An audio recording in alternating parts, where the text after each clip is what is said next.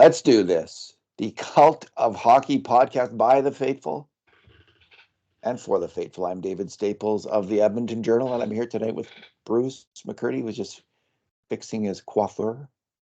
It's very nice, Bruce. Yeah.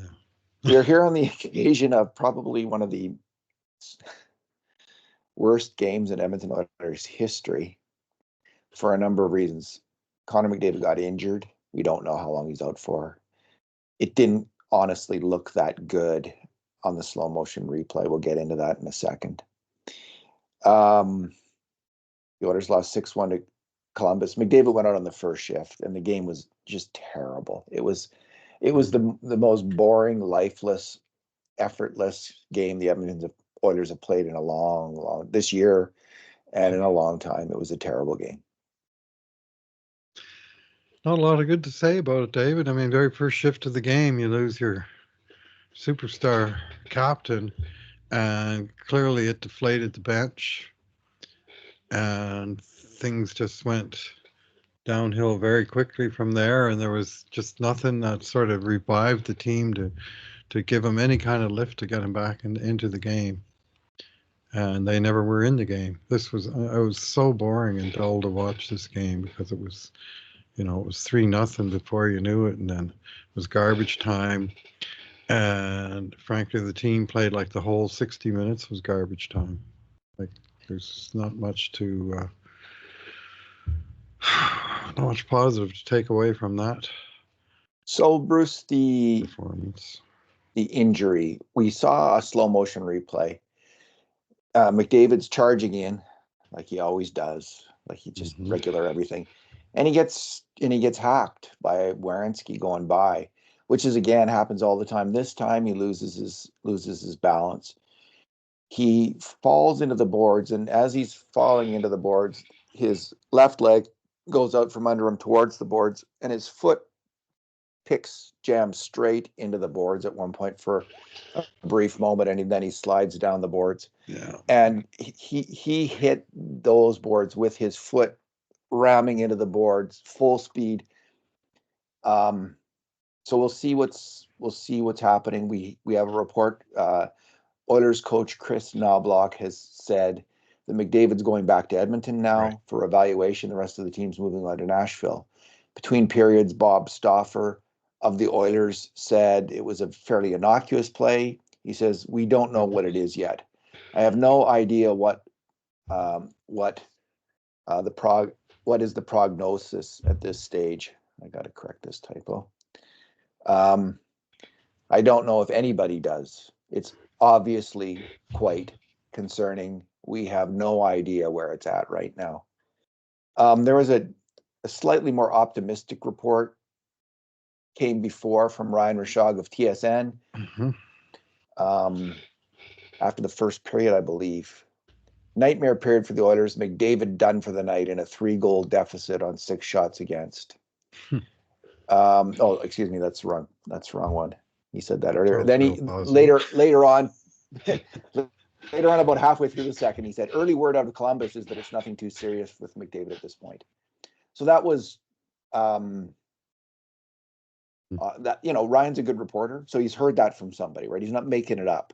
Right. Someone who's credible told him that.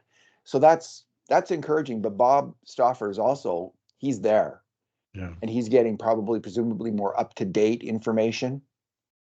And he's got the latest word on it. And he sounded a little bit more, or much more pessimistic. So not good, Bruce. Yeah, it looked to me like it could be one of those high ankle sprain type injuries where the ankle twists when it's grounded, and it can't go with it. So that that's one possibility. I mean, it's a left leg injury. I think we can say that with certainty, and could be anything from a groin to a knee to an ankle injury of varying severity. So high ankle sprains, I mean, depends on how severe they are. They can be a problem for a long time. So we can only hope this was a tweak. I mean, he wasn't going full like McDavid speed, but he was playing at speed, and he went down into the boards awkwardly. And So the play from Werenski, I think he was actually going for the puck. Like I don't. no, it was a trip, but I mean, so what? Like people being mad at the ref. What's the ref going to do about it? He's still hurt, right? I mean, shit. Yeah, even if there was no penalty, so I was mad in the moment about that because you're thinking, game is on here and there's no. And then I watched our power play and I thought, well, we probably didn't miss a whole hell of a lot not getting that power play. Okay. So, Bruce, the Oilers have been out with McDavid before. There was a stretch in 2019-20 when Draisaitl actually put his stamp on the team and won the MVP award, I think, because of how he played when McDavid was out. He took over and he took the Oilers through a rough spot, and they got through it. They won some games. They didn't win all of them, but they won some games. They went 3-2-1 in 6 games, and Leon was the first star of all 3 in the wins. So that'd be nice. Yeah, that'd be nice. That way he did stake his claim there. It wasn't just him riding on McDavid's coattails. It was McDavid was out, and he, basically personally took care of it not being a disaster, being a long losing streak or anything like that.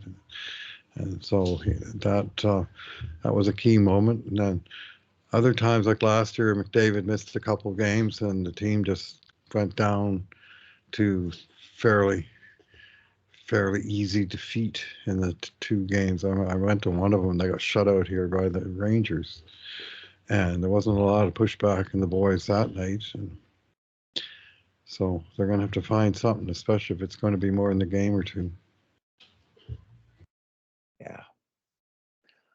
All right. Versus there are 2 good things, 2 bad things, 2 numbers podcast. We're not going to have McDavid as a bad thing because that's that's worse than a bad thing. And 2 good things, 2 bad things, 2 numbers, and 1 catastrophe. Could be a catastrophe. Well, I mean, we hope not, but to put it in perspective, he could wake up in 3 days and think, this isn't that bad. Thank goodness gracious. And we'd all be saying that. All right, Bruce, you're good. You're good. I'll start with my good thing, and then, or no, you start with your good thing because it's about the same player. But you have one play, and I just have a more overall comment. We had one player we liked in this game, and we had to thumb wrestle over him. So I'm going to just take one particular play from Zach Hyman on one of the Oilers' power plays late in the first period, and the power play was doing its thing, which is to say nothing. And I coughed the puck up, and it looked like there was going to be a 2-on rush coming out of the Columbus zone, because all the forwards were trapped and the defender was scrambling, and there's 2 guys coming, and Zach Hyman out of nowhere overtook the puck carrier from behind, just flat out took the puck off of him, turned it around with some determination, and took it directly back into the Columbus zone, where he got fouled, drawing a second penalty, leading to a 5-on-3 power play for Edmonton. Unfortunately, the good thing ends right there because the 5-on-3, I don't think even mustered a shot on net. They did bring one off the post. Bush hit the post. Bush hit the crossbar. I don't think any of the shots they fired were on net. But the play by Hyman, the determined back check followed by the determined rush, like you could tell he was probably kind of PO'd at how things were going. And there wasn't, frankly, enough of that from any of the Oilers in this game, I didn't think. But on this one play, I thought, good for you, Zach. Good effort, another effort to draw the penalty. At least you're in there giving a crap about how things are going. And that was about the extent of my good things. Hyman is my good thing. His overall game, he's the only player who got a grade of 7. Which represents a good game, 7 out of 10. That's for sure. He was Edmonton's best player in the game. I was close to giving him a great, but it just seemed a little bit of an overstatement in such a game. He really did try, it was almost single-handedly to keep the Oilers in the game. He had 3 grade A shots in the first period. He plows in for the first grade A shot, Edmonton's first grade A shot. Nuge sends him in on another one with a really nice pass. And then he barged in for another one himself. He drew a penalty, as you were saying. In the third period, he absolutely blasted Marchenko of the CBJ with a hit. which was a rare sign of good. life, a rare sign of hitting from the Edmonton Oilers. Old guys don't like to hit or get hit, perhaps we could say with some accuracy. Bruce, he was good. He's such a fantastic hockey player. And I know that he doesn't have, he's got 1 assist, I think, this year, but man, he's been playing well. He's been playing really solid two-way hockey and has been snake bitten. So I think if McDavid is out, let's say a month or 2 months, yeah, I hear you. He will come up big. He will come up big. He'll be one of the players that comes up big. All right. Your bad thing, Bruce. Singular? Just singular. Bad thing. Oh, man. It's a coat of many colors. Yeah, it is. Yeah. I don't know what that metaphor is about, actually, but it's so hard to single out any one thing. They didn't get it tonight, whatever it was. I guess I'll go with the bad thing, just being sort of the sequence of events with how this game started, which was that good hard shift at the beginning, but McDavid getting hurt and limping off to the bench, no penalty being called. And then seconds later, with the Oilers still sort of early hustling, Victor Arvidsson going in on the forecheck and completely just blowing a tire, crashing into Elvis Merzlikins to take him down and out for an obvious goalie interference penalty. Like the ref had no choice. It was an accident, but, he blew a tire. And what was that at? Now, just get the timing right. 1 minute and 36 seconds.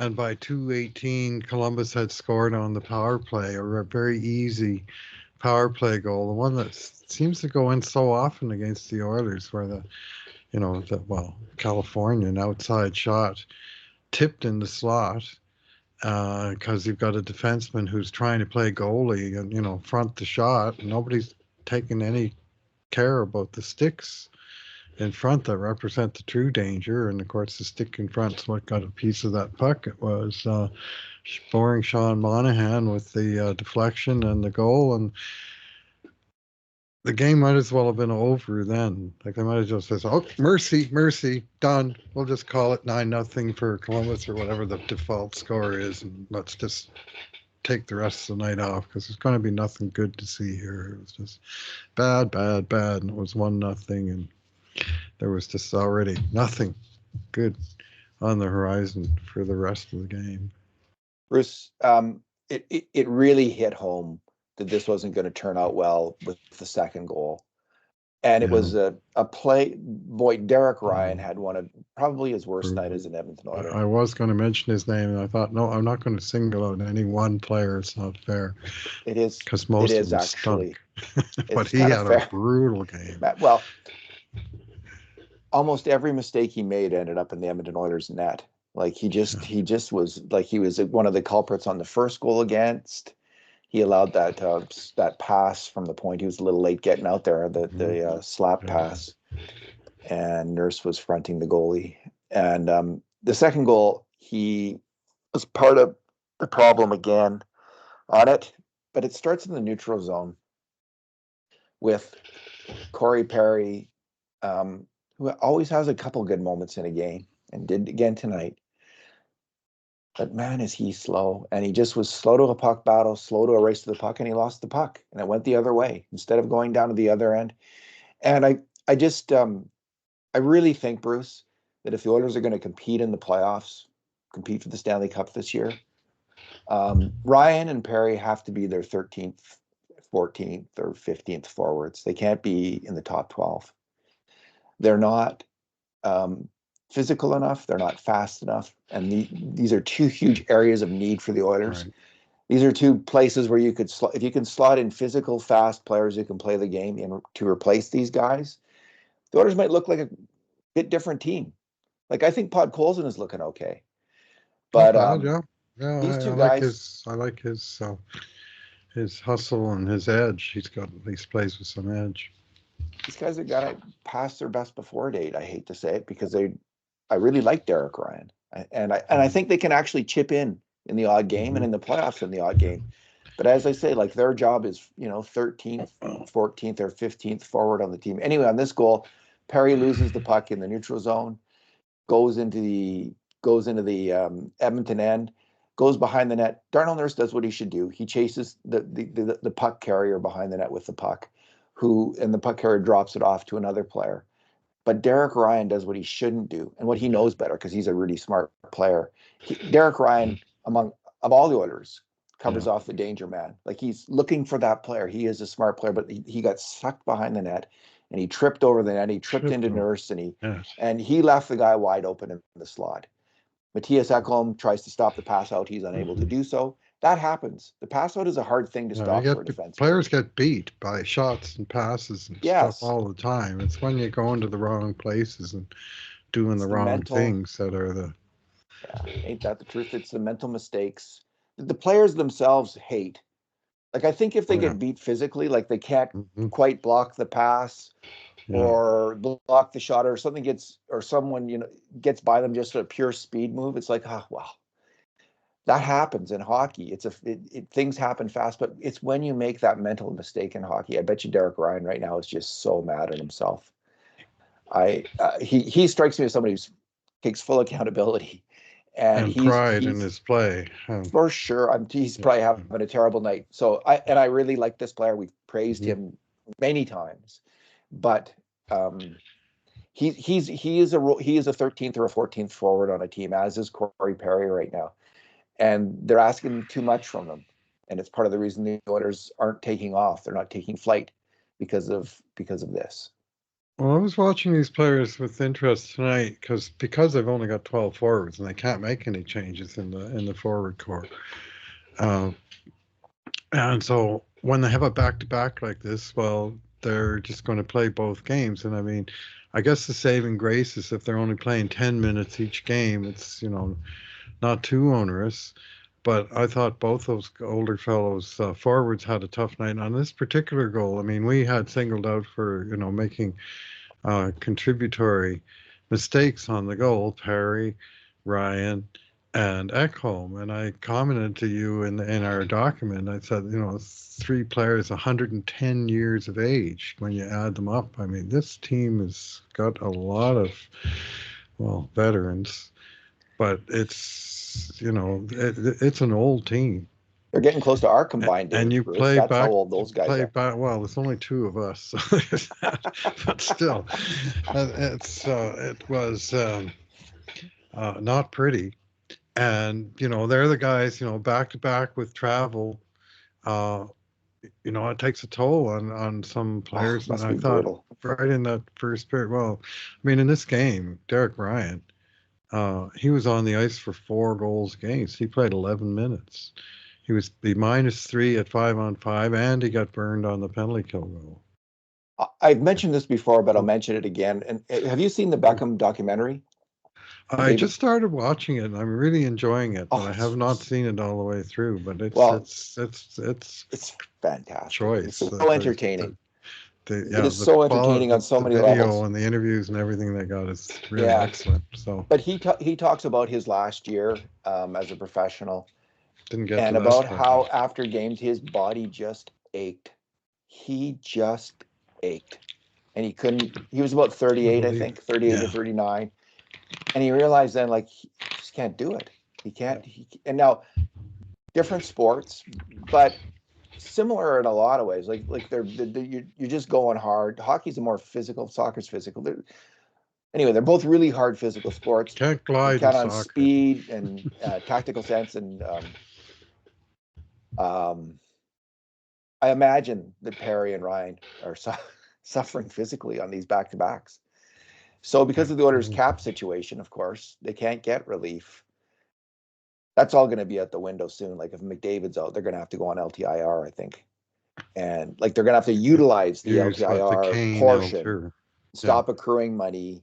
It's going to be very difficult for the team. At minimum, they're going to have to call somebody up that's going to take them close so they're not really accruing anymore. I mean, they can get by. If it's just a game or two. They can get by with calling up a single player and, as long as he's making under 1.1 Hey, they million or could even whatever their send gap down a is. defenseman, Bruce.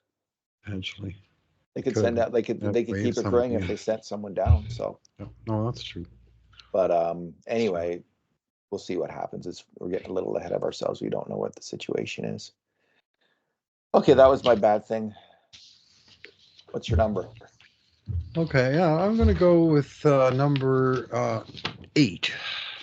That's the number of hits that the Edmonton Oilers had in this game. I keep coming back to this, and you know, some will say it's not an important stat, but you got to push back sometimes. I mean, Hyman did have that one beauty hit, but tonight it was 8 for Edmonton, 19 for Columbus. Yesterday, I think it was 11-23. On the season, the Oilers have 130 hits, third least in the league, but the teams that they're ahead of have played 8 and 7 games respectively. So on a per 60 basis, which is basically per game played, the Oilers are dead last in the NHL at 12.8. And then the second lowest team is Utah at 15.3. Like they're way behind, like 20% behind its second lowest hitting team. They're just an physical team. They moved on from some physical players, and the guys they brought in are smaller and not necessarily, real heavy guys. I mean, the guys that are hitting, I'll say, two of them are newcomers, Podkolzin and Emberson, and they're about the only two really that are hitting regularly at all. And some of it, like, I wonder if it's a strategy. Like, they've played hockey deep into June. It's October. They had not only the long season, but also the short off season. Like, it's a double whammy when you go so deep Yeah. in the playoffs. And whether it's a deliberate strategy or whether it's sort of decisions made of, how much banging can I take? We're going to, get through October and November and then roll up the sleeves a bit. Maybe I can't say. What I can say is that they're getting out hit on a gamely basis and by wide margins. I don't yet have the figure for the number of times they've been hit, but I can actually probably find it by the time you're done with your number, and I'll chip it in. But it's a wide margin. With Edmonton on the receiving end far more often than they're the one dishing it out. And it's just a proxy for physical play generally, and so I value it in that respect, as style of play, about teams and about individual players. It's funny, you win the Stanley Cup, you got to pay more for all your players. You've played longer into the season, so what the teams are doing now is playing with fewer players. Like I think a number of them will play with fewer players. A team to go deep in the. So it's a double whammy, right? Yeah. You've done well, so you got to pay everybody more, which means next season everybody's tired and injured through the summer and heading into the season. But you can't go with extra players on your roster because you don't have the cap space. How about this, Bruce? In a league where there's so much sharing, like the worst teams get the best players in the draft, the worst team, the lowest producing revenue teams get money from the rich teams. There's a salary cap to even everything out. How about if you win the Stanley Cup or make the Stanley Cup finals, you get $2 million extra cap space for the coming season. Just a one season bonus to make up for the fact that you're going to have to pay everybody more, and you won't have, everyone's going to be beat up, and you'll need extra players to make it through the coming season.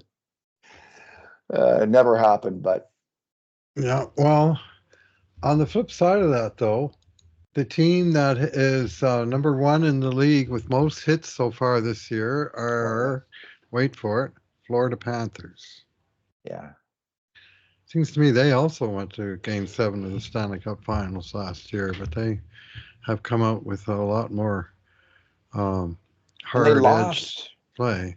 They lost a lot of hitting players too, and they've replaced them. See, this was the problem with Jackson's. This was the problem. Like I know Corey Perry, they wanted him back, but he's not a physical player anymore. They in those roles on that fourth line, and maybe more, even the third line's fine, I still think, but on the fourth line, they needed 3 guys who hit, and they've got one in Podkolzin. They need 2 more, and they need them tomorrow. So go get them. And call up a thumper from the minors. well, they don't even have. Do they have any on their? Josh Brown. No, they need a forward who can get in there and a fast forward who can hit and forecheck. You know, they lose Holloway. Anyway, I won't get into that again. But they just need some guys on their fourth line. My number, Bruce, is 16 out of 19. There's only 3 players who I thought deserved a passing grade tonight. 3 players out of the 19 who played. Hyman, who we've already mentioned. Podkolzin, who was hustling and making plays, and Stetcher, who I think hustles and makes plays. And he kept a clean sheet at even strength. So he was solid enough defensively. I didn't see anyone else out there making much of an impact at all. So they brought back the third line, Henrique, Janmark, and Brown. They kept Corey Perry. Ryan Nugent-Hopkins is signed long-term. Darnell Nurse signed long-term. These players, Bruce, Jeff Skinner was brought in. Arvidsson was brought in. And I'm not saying lots of these players have had many good games, and some of those players, most of their games have been good games, but if McDavid's out here, now is the time. Now is the time to step it up and play hard. And I think it will actually be really good for this team. Like, maybe they don't want to do that. Maybe, as you say, it's a strategy not to hit. But I think I think you're right, probably. But it's time to get going, to crank it up. And let's see what these guys got. Because it could be very clarifying in terms of what Edmonton has to do before the trade deadline. I mean, Drake Caggiula hits. He's a little guy, might get hurt if he hits, but he'll come in and hit. Noah Philp's not a hitter, I don't think, but he's a big guy who puck protects and is physical, like he gets in your way on defense, I believe. So there are some players they can bring in who can play physical hockey, and there's Brown on defense, but I don't think he can play in the NHL. From what I saw, I'm just not convinced he's an NHLer. But they're going to have to get on it. They're going to have to, the holes that weren't addressed in the summer and were greatly worsened when Holloway left, because he was a fast physical player, and Kane got hurt because he was somewhat fast and really physical player. Miss him in that department. So yeah, they're going to have to work on it. Part of it's because they have the puck more than the other guys, right? And so it's always, you expect to be the team with the puck to get hit more. And but I just added them up: 130 hits by the Oilers, 212 by the other guys, and there's only 4 players on the roster who've landed more hits than they've received. Like other teams are, and it's not like they're pounding them down. But, the average game is 21-13, and it's sort of consistently becoming Edmonton is a distant second most nights. Where are you looking at the hitting stats? Department. Which site? NHL.com for the team totals for the hits. For hits taken, they only recorded individually on Natural Stat Trick under individual stats at all strengths I used, and then I just added up the 19 players. So I was just wondering, the team I've been comparing the Oilers to in my head, like a successful team, is the 2007-08 Detroit Red Wings. That was a pretty successful team. Yeah, that was a team that wasn't physical. They weren't physical. They never fought. That team they were last in the league in fights 8 years in a row. Detroit Red Wings. So I just want it wasn't just fights, but that just was a non-priority. They wanted to have all hockey players. They didn't want to have end of the bench guys, and it wasn't a priority for them. I don't know what their stats were for hitting, but I remember doing a project one time on their fights. I'm just going to see if they have them online. The hitting stats from that year. I don't know. They tracked hits then, didn't they? Yeah, I believe so. Yeah, I believe so. One of those years that it kicked in. So, Bruce, final thoughts? Well, other than the long-term implications of potentially losing McDavid, which is catastrophic in potential. It was a game better forgotten, and I think some of the players forgot it while it was actually still in progress. Can you blame them? I forgot. I was having a hard time. Okay, hits per 60 that season. I'm just pulling it up. Edmonton Oilers last, and the Oilers last. The Detroit Red Wings were 25th, 17 hits per 60. Yeah, and the Oilers had 13.5 dead last. 2007-8. Wow. Yeah. Decade of darkness. That was the second year of the decade of darkness. And so the year that Gagner and Cogliano were rookies, they weren't exactly bangers, right? Robert Nilsson, that team.